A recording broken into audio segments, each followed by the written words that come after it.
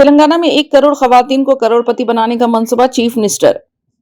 ریاست میں کانگریس آئندہ انتخابات میں 1 کروڑ خواتین کے ووٹ حاصل کرتے ہوئے اقتدار حاصل کرے گی۔ چیف منسٹر تلنگانہ ریونت ریڈی نے پیداپلی میں یووا وکاسم جلسے عام سے خطاب کے دوران بتایا کہ حکومت کی جانب سے 1 کروڑ خواتین کو ریاست بھر میں کروڑپتی بنانے کے منصوبے کے ساتھ حکومت کام کر رہی ہے اور انہیں یقین ہے کہ آئندہ 5 سال کے دوران اس نشانے کو مکمل کر لیا جائے گا اور خواتین کو اس منصوبے میں شامل کرتے ہوئے آئندہ اسمبلی انتخابات میں کانگریس پارٹی محض خواتین کے 1 کروڑ ووٹ حاصل کرے گی۔ حکومت نے 92 لاکھ ووٹ حاصل کرتے ہوئے ریاست میں اقتدار حاصل کیا تھا اور آئندہ صرف خواتین کے 1 کروڑ ووٹ حاصل کرنے میں کامیاب ہوگی۔ انہوں نے بتایا کہ کانگریس نے اقتدار حاصل کرنے کے بعد عوام کی توقعات سے زیادہ کام کیا ہے، لیکن اپوزیشن جماعتوں کو یہ کام پسند نہیں آ رہے ہیں اور صبح نیند سے جاگتے ہی کانگریس کو اقتدار سے بے دخل کرنے کی بات کر رہے ہیں۔ ریونت ریڈی نے کہا کہ حکومت تلنگانہ کو اقتدار سے بے دخل کرنے کا خواب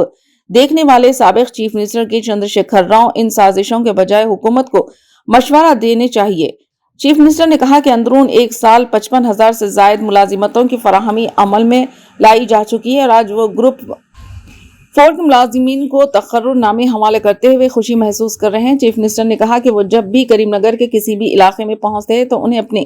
عہد کا اعادہ کرنے کی تاریخ یاد آتی ہے۔ انہوں نے بتایا کہ سونیا گاندھی نے کریم نگر میں ہی تلنگانہ عوام کے جذبات کا احترام کرتے ہوئے علیحدہ ریاست تلنگانہ کے خواب کو حقیقت میں تبدیل کرنے کا وعدہ کیا تھا۔ انہوں نے بتایا کہ ریاستی حکومت پر بے بنیاد الزامات عائد کرنے والی بی جے پی اپنے وزیر اعظم یا کسی بھی ریاست کے چیف منسٹر کو مباحث کے لیے لائے اور بحث کے لیے تیار ہے۔ چیف منسٹر نے بتایا کہ پیداپلی میں 1035 کروڑ کے ترقیاتی کاموں کی تکمیل انتہائی خوش آئند ہے۔ چیف منسٹر نے کہا کہ ریاست میں دھان کی پیداوار کے لیے ریاستی حکومت کی جانب سے کسانوں کی